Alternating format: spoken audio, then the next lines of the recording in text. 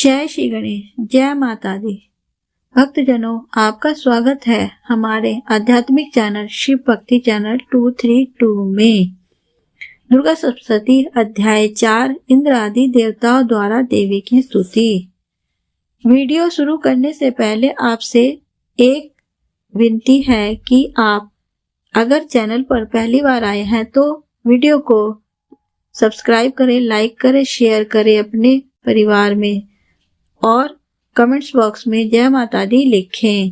Bell icon के button को दबाएं ताकि आपको आने वाली धार्मिक कथाओं का नोटिफिकेशन मिलता रहे। वीडियो के डिस्क्रिप्शन बॉक्स में अन्य वीडियो का लिंक दिया गया है, वहां पर आप जाकर इसे वॉच कर सकते हैं। और कमेंट्स बॉक्स में लिखें कि आप यह वीडियो कहां से सुन रहे हैं, हमें अच्छा लगेगा। जय माता दी। दुर्गा सप्तशती अध्याय 4 इंद्र आदि देवताओं द्वारा देवी की स्तुति।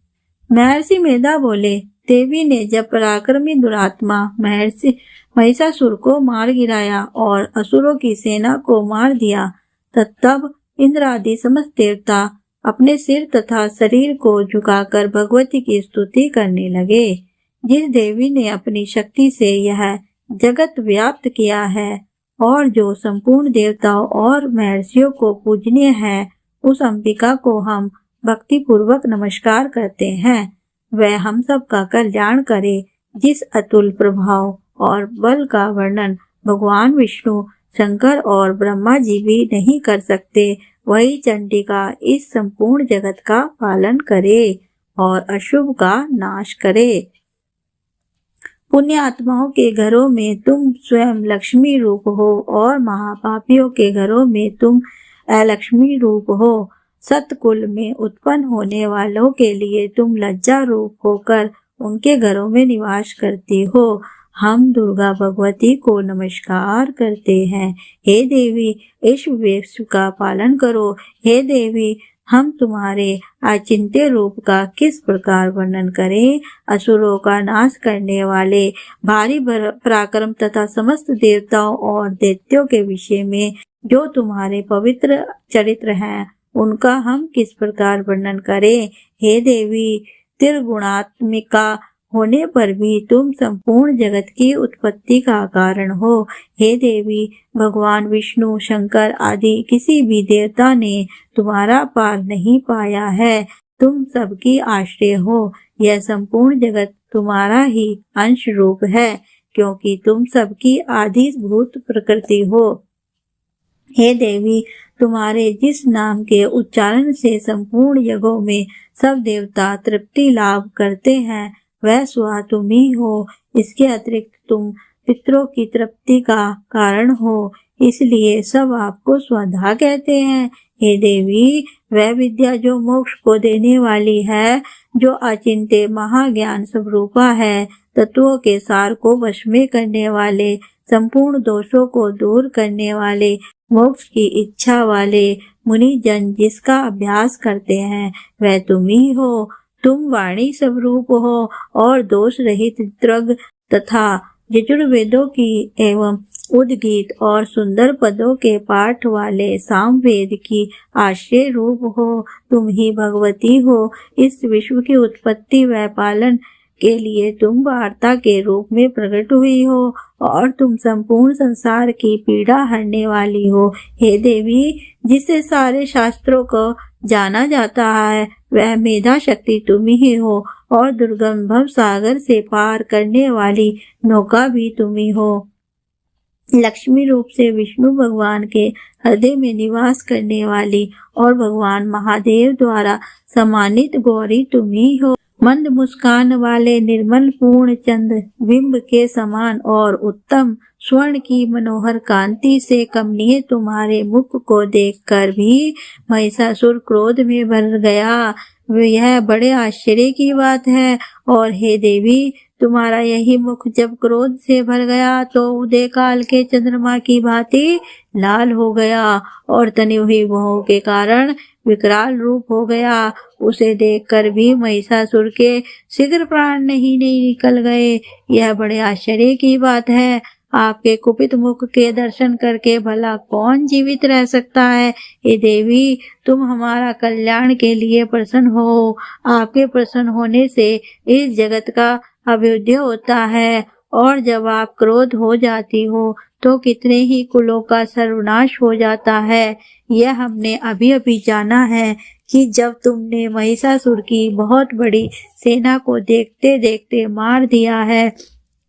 हे देवी, सदा अभ्युदय प्रताप देने वाली तुम जिस पर प्रसन्न हो जाती हो वही देश में सम्मानित होते हैं।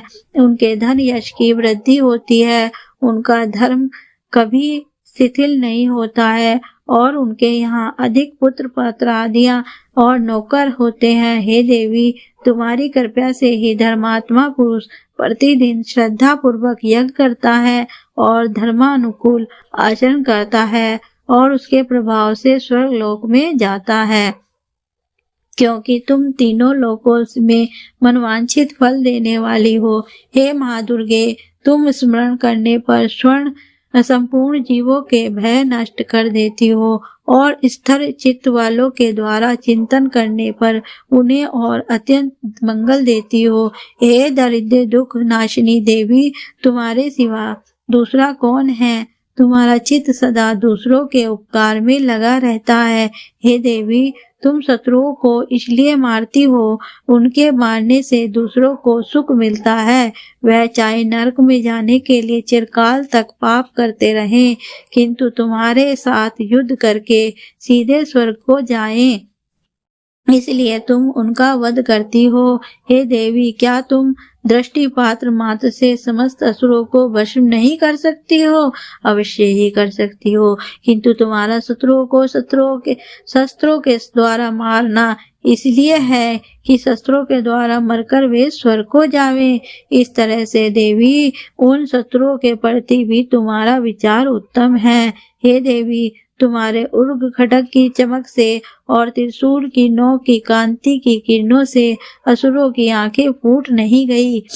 उसका कारण यह था कि वे किरणों से शोभायमान तुम्हारे चंद्रमा के समान आनंद प्रदान करने वाले सुंदर मुख को देख रहे थे।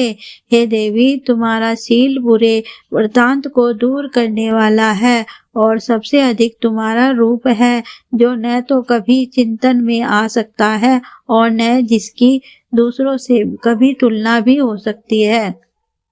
तुम्हारा बल व पराक्रम शत्रुओं का नाश करने वाला है। इस तरह तुमने शत्रुओं पर भी दया प्रकट की है। हे देवी, तुम्हारे बल की किसके साथ बराबरी की जा सकती है, तथा शत्रुओं को भय देने वाला इतना सुंदर रूप भी और किसका है। हृदय में कृपा और युद्ध में निष्ठुरता, यह दोनों बातें तीनों लोकों में केवल तुम ही में देखने में आई है। हे माता, युद्ध भूमि में शत्रुओं को मारकर तुमने उन्हें स्वर्ग लोक पहुंचा दिया है।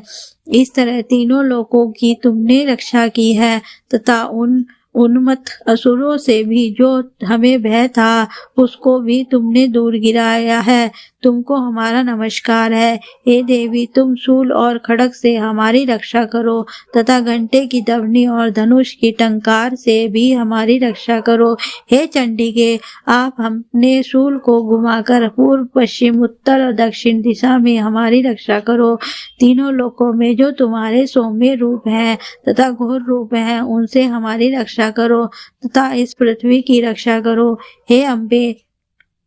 हे अंबिके, आपके कर पल्लवों में जो खड्ग, शूल और गदा आदि शस्त्र शोभा पा रहे हैं, उनसे हमारी रक्षा करो।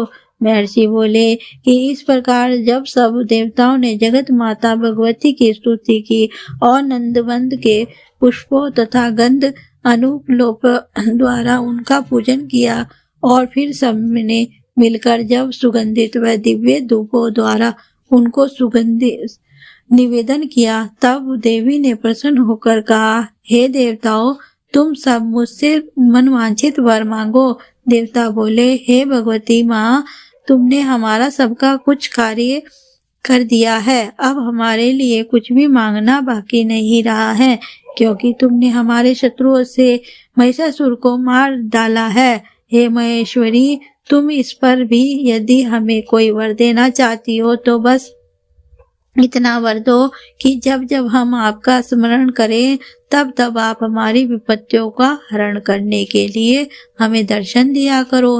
हे अंबिका, जो कोई भी तुम्हारी स्तुति करे तुम उनको वित्त, स्मृति और वैभव देने के साथ ही उनके धन और स्त्री आदि संपत्ति बढ़ावे और सदा हम पर प्रसन्न रहे। महर्षि बोले, हे राजन, देवताओं ने जब जगत माता के लिए अपने तथा इसी प्रकार प्रसन्न किया तो बस तथास्तु कहकर देवी अंतर्ध्यान हो गई। हे भूप, जिस प्रकार तीनों लोगों का हित चाहने वाली यह भगवती देवताओं के शरीर से उत्पन्न हुई थी, वह सारा वृत्तांत मैंने तुमसे कह दिया है। और इसके पश्चात दुष्ट असुरों तथा शुम्भ निशुम्भ का वध करने और सब लोगों की रक्षा करने के लिए जिस प्रकार गौरी देवी के शरीर में से उत्पन्न हुई थी, वह सारा वृत्तांत मैं यथावत वर्णन करता हूँ। जय माता दी। दुर्गा सप्तशती अध्याय 4 समाप्त।